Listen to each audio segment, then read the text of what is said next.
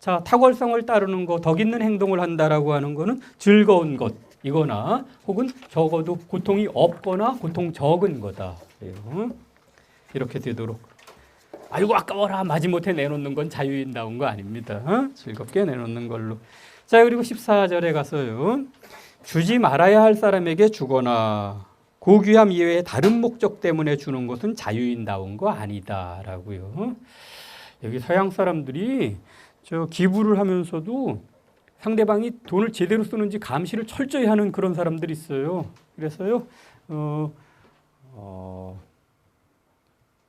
가만히 있어봐라.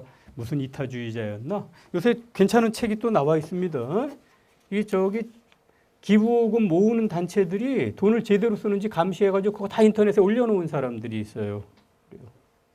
그래서 여러 가지 책들이 좀 나와 있습니다. 인터넷 저기 길거리에서 모금하고 그러는데 거기 저 자기네 운영비로 얼마나 쓰는지, 얼마나 실질적으로 사람들에게 돌아가는지 그런 거 한번 보세요. 그래요. 자, 주지 말아야 할 사람에게 주거나 고귀함 이외에 다른 목적에서 주는 사람, 이런 사람은 자유인다운 사람 아니고요. 주면서 고통을 느끼면 그것도 자유인다운 사람 아닙니다. 이런 사람이라면 고귀한 행동 안 하고 그냥 재물을 택할 것이다. 효율적 이타주의자라고 하는 책 한번 제가 선전을 할 필요는 없을 것 같습니다만 피터 싱어라고 하는 분의 책인데요. 효율적 이타주의자. 심지어 거기 저 피터 싱어라고 하는 분이요. 이분은 주로 저 채식주의에 대해서 글을 쓰시는 분인데 철학과 선생이에요. 그런데 자기 제자 중에 굉장히 뛰어난 학생이 있어가지고 상도 많이 받고 그냥 두면은 금방 좋은 대학의 철학 교수 될 수 있을 것 같은데 이 친구가 가만히 생각해 보더니 자기가 차라리 증권회사에 가서 돈을 벌어가지고 기부하는 게 사람들에게 더 많이 이익을 주는 길 가겠 그런 것 같다고 철학 교수의 길을 가지 않고 증권가로 뛰어든 사람도 맨 앞에 얘기해요. 그리고 그와 비슷한 종류의 사람들이 여러 단체 각각의 당신네는 돈을 어떻게 쓰십니까? 그러면 막 활짝 웃고 있는 제3세계 어린이들 사진 같은 것만 갖다 주는데 다 따져보면 의외로 돈 제대로 안 쓰는 데가 많답니다. 그래서 그거 다 조사해가지고 인터넷에 올려놨어요. 어디는 회계의 투명성이 떨어지고 어디는 운영비를 너무 많이 쓰고 이런 것들 다 인터넷에 있습니다. 그런 거예요. 아마 옛날부터 이런 것들을 읽어가지고 아마 저런 발상들이 나왔을 거예요. 자, 그리고 15절에 자유인다운 사람은 받지 않아야 할 곳에서는 또 받지 않아요. 자, 이렇게 어디서나 막 받는 사람은 재물을 대수롭게 여기지 않는 그런 사람 아니라고. 여기 자유인다운 사람은 재물에다가 큰 가치를 두지 않기 때문에 아무 데서나 받지 않습니다. 그럼 뭐 대단하다고 저걸 받아. 그래요. 그리고 16절에 가서 자유인다운 사람은 다른 사람에게 달라고 청하지도 않는다. 쉽게 받는 것은 남에게 잘해주는 사람이 할 일이 아니다 라고 그려놨네요. 자, 17절에 그렇지만 마땅히 받아야 할 곳에서는 마치 그냥 자기 건처럼 달라고 그래요. 마땅히 받아야 되는데요. 이게 고귀해서라기보다는 남에게 주려면 어딘가 들어와야 되죠. 어디선가 들어와야 하니까 반드시 필요해서 그런 겁니다. 그리고 이런 사람은 자기의 소유물을 이거 가지고 남을 도와야 되니까 함부로 쓰지를 않아요. 평소에는 아끼고 쓰다가 그런 사람들이 있어요. 자기는 그냥 뭐 낡은 옷이나 신발 같은 거 낡은 거 있으면서 이렇게 챙겨놨다가 남들 주는 분들이 있어요. 근데 또 가족에게 너무 그러면 또 가족이 고통스러워요. 가장이 너무 주는데 재미가 들려가지고 막 애들도 돌보지 않고 그러면서 그냥 또 주는 분들도 있어요. 뭐 적절한 수준에서 우리 절제해야 됩니다. 그것도. 자, 그리고 이런 사람은 아무에게나 주지 않는다. 아까 효율적 이타주의자 같이 이렇게 하고요. 그리고 그렇지만서도 이런 사람도 이따금 지나칠 수가 있는데 주는 데서 지나치다라는 게 이런 사람들이 할 수 있는 실수의 전형적인 거다라고 그래놨어요. 그래서 하다가 보면 남 주다가 보면 자기에게 적은 것밖에 남지 않아요. 그래서 자기를 잘 돌보지 않는 것, 이것이 자유인다운 사람의 특징이다라고요. 자, 그런데 그러려면 돈이 많아야지라고 생각하실지 모르겠지만 19절에 가서 자유인답다라는 걸 평가할 때 남에게 돈을 얼마나 줬는지 그 분량보다는 자기 재산의 몇 % 정도나 줬는지 이런 게 중요한 거다. 돈 아주 없는 사람이라면 적게 주더라도 그런 사람 자유인다운 사람이다라는 겁니다. 그래요. 적은 양을 주더라도 자기 재산이 적은데 거기서 준 거라면 이 사람은 재산 많은 데서 조금 띄워준 사람보다도 오히려 더 자유인다운 걸로 그렇게 할 수 있다. 그리고요 20절에 가서 오늘날의 우리와는 조금 다른 기준이 있어요. 재산을 직접 모은 사람보다는 물려받은 사람이 더 자유인답기 쉽다라고요. 왜냐하면 여기 플라톤의 국가 맨 앞에도 나와요. 거기 소크라테스가 어떤 노인 만나가지고 선생님은 재산을 물려받으셨습니까? 자수성가하셨습니까? 그러니까 그건 왜 묻소? 그러니까 대개 자수성가한 양반들이 자기가 대단한 일을 이뤘다고 생각을 해가지고 돈 얘기밖에 안 한대요. 그런데 당신은 조금 느긋한 태도를 취하는 것 같다고 그러니까 나는 우리 아버지보다는 낫고 우리 할아버지보다는 못하다고. 할아버지가 엄청난 재산을 일궈서 아버지에게 물려줬는데 아버지가 많이 날린 거를 내가 복구를 좀 하긴 했는데 할아버지만큼은 못 갔다라고. 더러는 물려받고 더러는 자수성가한 그런 분이에요. 옛날에 이 귀족들이 쭉 재반 재산 물려오는 게 있어가지고 저 졸부보다는 조금 뭐랄까 뼈대 있는 재산 이런 거를 중시했습니다. 어느 사회에서나 상인들은 약간씩 의심을 받았는데요. 그 재산이 근거 없는 재산이라고 하는 거예요. 토지에 기반을 둔 오래 물려온 재산 아니라고 해서 그런 겁니다. 여기에도 플라톤의 국가 1권에 나오는 것 같은 말이 여기 나와 있네요. 그래요. 물려받은 사람, 이런 사람이 더 자유인답다. 이 사람들은 궁핍해 본 적이 없으니까. 이거 좋은 점도 있어요. 어렸을 때 유복하게 산 사람은 일시적으로 어려움이 닥쳐도 뭐 앞으로 또 유복해 주겠지 뭐 그러면서 좀 낙관적으로 삽니다. 어렸을 때 너무 어려웠던 사람은 좀 잘 살게 돼도 언제 또 그때가 돌아올지 몰라 그래갖고 안 내놓기 때문에 인색해질 수도 있어요. 뭐 사람마다 다릅니다만 여기 이렇게 자 그래서 여기 그 얘기 나오잖아요. 부모들도 자기 자식을 대할 때 우와 내 자식이 최고야 이렇게 하는 것처럼 시인들이 자기 작품을 대할 때도 역시 내 시가 최고야. 여러분 주변에 시인들 있으세요? 시인 친구? 시인 친구 대접하기 굉장히 힘들어요. 막 으스대다가 막 징징대다가 으스대다가 징징대다가 그래요. 아니 으스대려면 계속 으스대든지 징징대려면 계속 징징대든지 막 자기가 세계에서 제일 잘난 것처럼 막 그러다가 이거 해달라고 저거 해달라고 굉장히 또 징징대요. 그래요. 왜 이렇게 일관성이 없을까 생각했는데 가만히 보니까 일관되게 어린애 같은 것 같아요. 그렇죠? 애들이 그러잖아요. 으스대다 징징대다가. 죄송합니다. 좋은 시인들은 안 그러시겠죠. 제가 아주 좋은 시인을 못 만난 모양이에요. 시인들이 자기 작품을 대할 때처럼 사람들은 자기가 이룩한 것을 더 많이 사랑한다. 그래요. 그래서 재산을 물려받은 사람은 자기가 이룩한 거 아니니까 집착이 적다라고 이렇게 얘기하는 겁니다. 그런데 자유인다운 사람은 남에게 자꾸 주기 때문에 부자가 되기 힘들어요. 자, 이런 사람은 재물을 잘 받거나 잘 지키는 사람 아니라 잘 쓰는 사람이다.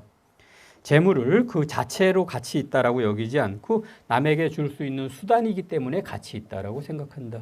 좋은 말이죠? 열심히 돈을 모으는데 남 주기 위해서 모으는 겁니다. 왜냐하면 재산의 본질은 소유에 있는 게 아니라 사용에 있기 때문에.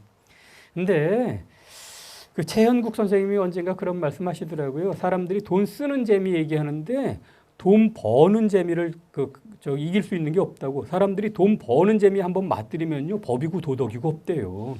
바로 이게 뭐 양을 99마리 가진 사람이 한 마리 가진 거 뺏어가지고 100마리 채운다고 그 얘기입니다. 내가 10억 채워야지. 1억만 더 모으면 돼. 그러면 남의 달랑 1억 있는 거 달랑이라 해서 죄송합니다. 뺏어요. 그래요. 돈 버는 재미가 통장에 숫자 늘어나는 게 그렇게 재밌대요.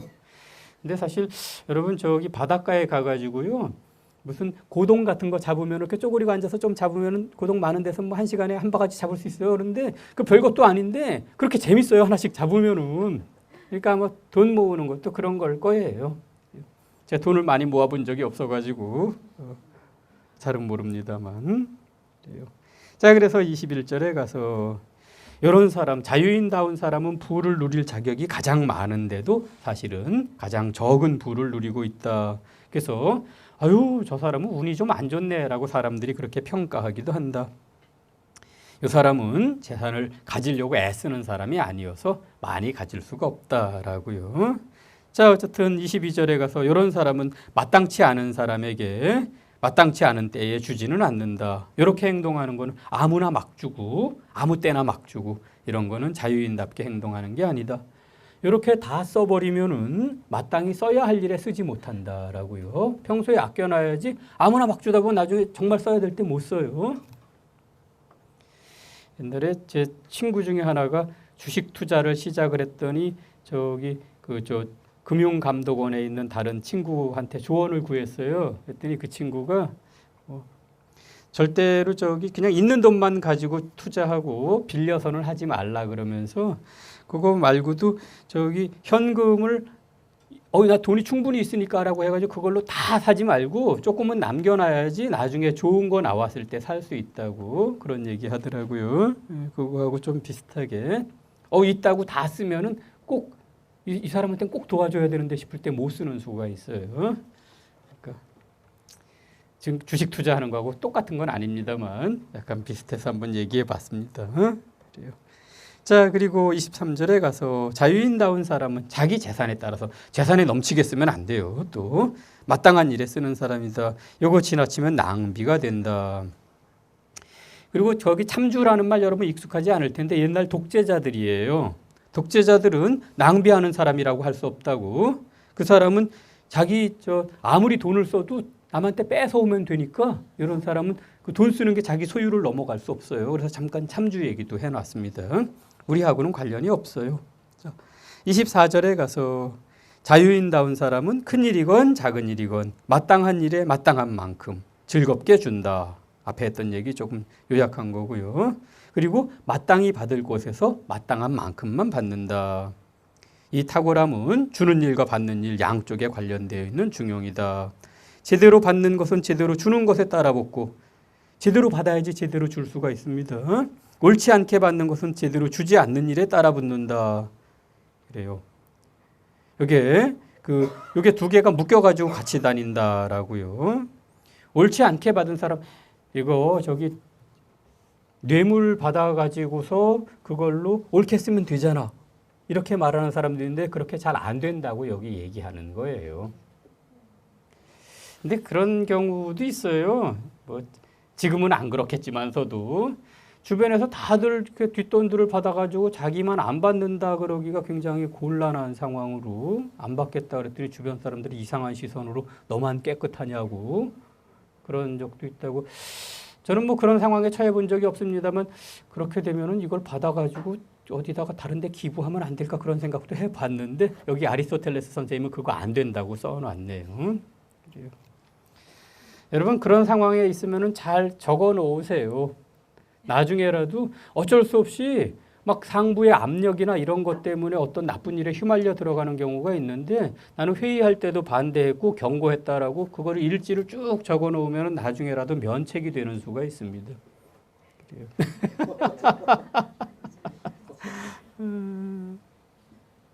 그래요. 자, 그리고 25절에 가서 자유인다운 사람은 마땅한 바 고귀한 것과 어긋나게 지출하는 일이 생기면은 고귀한 데 써야 되는데 괴로워하면서 고귀한 데가 아니면 괴로워하게 되는데요. 그때도 마땅한 방식으로 괴로워한다. 그거 마땅한 거 어떻게 알아? 이런 데 필요한 게 실천적인 지혜인 거예요. 그래서 아리스토텔레스는 실천적인 지혜 굉장히 중시합니다. 자, 그리고 26절에 가서 이렇게 자유인다운 사람은 재물과 관련된 한 우리가 상대하기가 쉽다. 관대하고 나쁜 거는 안 받고 돈을 적절히 잘 쓰기 때문에 그래요. 27절에 가서 또 한번 이런 사람은 재물을 대수롭지 않게 여긴다. 그리고 이따금 잘못 쓰는 경우도 있는데 내가 그때 잘못 썼네. 그리고 괴로워하기보다는 내가 저기다 꼭 줘야 되는데 못 줬네 라는 걸 안타깝게 생각한다고요. 실수는 누구나 조금씩은 해요. 근데 잘못 주는 경우도 있는데 그것보다는 잘못 줘서 막 후회하는 것보다는 꼭 줘야 되는데 내가 못 줘서 괴롭네. 이런 경우 더 안타까워한다. 그래서 이 사람은 이따금 부정의를 당할 수 있는 사람이다. 자기가 받는 것보다도 더 많이 남에게 주거나 그렇기 때문에 사기 당하기 좀 쉽죠. 그래요. 이런 사람은 사업하면 좀 곤란한데 가족들이 매우 피곤해요. 자, 그래요. 28절에 가서 낭비하는 자들은 이런 면에서도 잘못을 저지르는데 그들은 마땅한 것에서 마땅한 방식으로 즐거워하거나 괴로워하는 사람들 아니다라고요. 지금 중용은 앞에 얘기했고요. 지금 이제 낭비라는 쪽에 그리고 저 밑에 가서 인색에 대해서 얘기할 거예요. 낭비라는 쪽을 얘기하고 있습니다. 29절 낭비는 주는 것과 받지 않는 것에 있어서는 지나치고 너무 많이 주고 너무 덜 받는 거 그게 낭비입니다. 너무 남에게 많이 줘요. 너무 안 받아요. 이런 면에서 지나치고 받는다는 면에서는 모자라는 사람이다.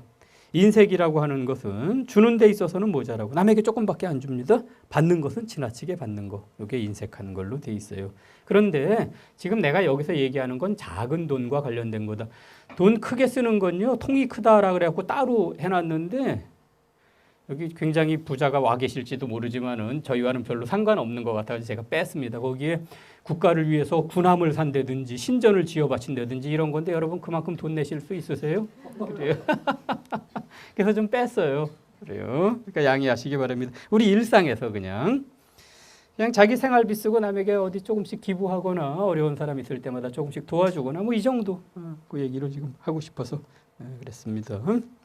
자, 30장에 가서 낭비의 특징은 서로 잘 묶이지 않는다. 낭비는 그 너무 많이 지출이 너무 큰 거죠. 들어오는 거에 비해서. 그런데 나가는 게 많으면 들어오는 게 적은데 나가는 게 많으면 그거 계속 유지할 수가 없잖아요. 그래요. 아무 데서도 받지 않으면서 모든 사람에게 준다는 거는 쉽지 않은 일이어서 그렇다. 그래서 보통 사람들이라면요. 남에게 막 주다가 재산이 모자라게 되면은 그때는 조금 이제 좀 자제하게 돼요. 어쨌든 낭비적인 걸로 보이는 사람들, 이런 사람들, 그 들어오는 건 적은데 막 주는 사람들입니다. 그래도 31절에 가서 이런 사람이 좀 낫다고요. 인색한 사람보다는 낫다. 나이도 조금 먹어가고 조금씩 어려워지면은 쉽게 치료가 된다. 너무 많이 주는 거는 자제할 수가 있어요. 그러면 중간에 다다를 수 있습니다. 그리고 이런 사람은 자유인다운 사람의 특징도 갖고 있다. 그래서 남에게 주기도 하고 안 받기도 하고 그런다. 다만 이 두 가지를 마땅하지 않게 해가지고 낭비가 된 거다라고요. 그래요. 자, 그리고 이런 낭비적인 사람은 성격이 이렇게 나빠 보이지 않는다. 막 우리 만날 때마다 밥 사고 술 사고 그런 사람이 있으면은 아유 저 사람 어떻게 하려고 그러지 싶긴 하지만서도 아유 저는 못됐어 이렇게 말하지는 않죠. 아유 사람이 너무 헐렁해 저러다가 걱정되는데 이러긴 하지만서도 그래요. 자, 그래서 남에게 받지는 않고 주는 데만 지나치다고 하는 것은 못되거나 비열한 거는 아니고요. 조금 어리석은 사람의 특징이다. 아유, 저 사람 계산을 잘 못하네. 이럴 뿐이다. 그래서 낭비적인 사람이 인색한 사람보다는 훨씬 낫다라고요. 낭비적인 사람은 적어도 남에게 이익을 줘요. 인색한 사람은 아무한테도 이익을 주지 않고 자기 자신에게도 이익을 주지 않는다라고요. 자, 중용이라고 하는 게 양극단의 중간인데요. 딱 가운데가 아니라 어느 한쪽에 조금 가까워요. 그래서 낭비와 인색이 있는데 그 자유인답다라고 하는 거는 낭비 쪽으로 조금 더 가까이 가 있습니다. 인색함과 더 멀어요. 자, 그리고 이렇게 낭비하다가 보면은 받지 말아야 할, 낭비가 왜 나쁘냐? 자기 재산 나중에 떨어진다는 것도 그렇고 받지 말아야 할 때에서까지 받게 된다라는 겁니다. 돈은 써야 되는데 들어오는 데 없으니까요. 이런 면에서 어떤 점에서는 인색한 데하고 또 통해요. 인색한 사람은 많이 받고 안 주는 사람인데 낭비적인 사람 막 돈 쓰다가 보니까 남에게 안 받을 수가 없습니다. 그래서 받으면 안 되는 데서 받게 되면 그때는 인색과 극과 극이 서로 통하게 되는 걸로 거기 그렇게 써놨습니다. 자, 그래요. 돈을 쓰고 싶지만 쉽게 그럴 수가 없어서 그렇게 받지 말아야 할 때서도 받는 사람이 되는 거다. 그래 놨네요. 또 이런 사람들은 고귀한 것을 생각하지 않고 거리낌 없이, 고귀함이 기준이에요. 돈을 쓸 때나 받을 때나 거리낌 없이 아무 데서나 받는다. 주고 싶긴 하지만서도 어떻게 주어야 하는지, 그 남에게 줄 돈을 어디서 마련해야 하는지 생각이 없어서 그런 거다. 이런 거는 사실 자유인다운 거 아니다. 고귀한 것을 위해서도 아니고 마땅한 방식으로 주는 것도 아니기 때문이다. 그래서 이런 사람들은 가난해야 마땅한 사람들을 부유하게 만들고 저 사람한테는 돈 줄 가치가 없는데 왜 줘? 이런 사람들 낭비적인 사람들이에요. 막 아무한테나 막 주는 사람. 제대로 받아 마땅한 사람에게는 아무것도 주지 않고 아니면 다른 사람이 자기한테 아부하거나 어떤 즐거움을 주면 또 그 사람에게도 줘요. 그래서 이런 사람들은 낭비하는 사람은 무절제한 사람이기도 하다. 고귀한 것보다는 즐거움을 추구하기 때문이다. 그래요. 아무 지도도 받지 못하면 이렇게 되는데 잘 돌봄을 받으면 낭비적인 사람은 마땅한 곳에 도달해서 자유인답게 될 수 있다. 반면에 37절에 인색하다는 것은 고칠 수도 없고 낭비보다도 더 본성적으로 인간에게 뿌리 박혀 있다고요. 인색함이 더 고치기 어려워요. 그리고 지난번에 우리 화 잘 내는 사람들 약할수록 화를 잘 낸다 그랬죠? 노인이 될수록 화를 잘 내는 게 자기 이제 전체적으로 물리적인 힘도 약해지고 사회적 권력도 내놓고 그러니까 사람들이 자기 무시하는 것 같아서 그런 겁니다. 여기서도 노령이나 신체적으로 약해지고 그러면 사람이 더 인색해진다. 내가 언제까지 살지 모르는데 돈이 점점 안 들어오네. 그러면 인색해지죠. 그래서 사람들은 주는 것보다는 아끼려고 그런다. 이거 옛날 생각이어서 그런 겁니다. 현대 복지국가에서는 국가에서 책임져야지. 평생 사회에 봉사했는데 그래요. 노인복지당 하나 만들어가지고 저는 어디 가서 저기 했으면 좋겠어요. 협상.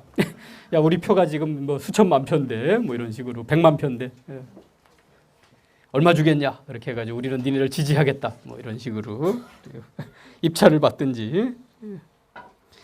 자 그리고 38절에 가서 인색하면 여러 가지 방식이 있는데 인색함에 두 가지 요소가 있다. 남을 주는데 모자라고 받는데 지나친 거. 이게 한 사람에게 온전하게 다 나타나지는 않고 서로 떨어져서 나타나는 경우도 있다. 어떤 사람은 받는 데 있어서 지나친 사람, 어떤 사람은 주는 데 있어서 모자라는 사람, 둘 다 인색한 사람으로 되어 있습니다. 그래서 우리가 저 사람은 구두쇠야, 짠돌이야, 노랑이야 이런 사람들은 남 주는 데서 모자라는 사람이에요. 이런 사람들은 꼭 남의 거 받으려고 그러지도 않아요.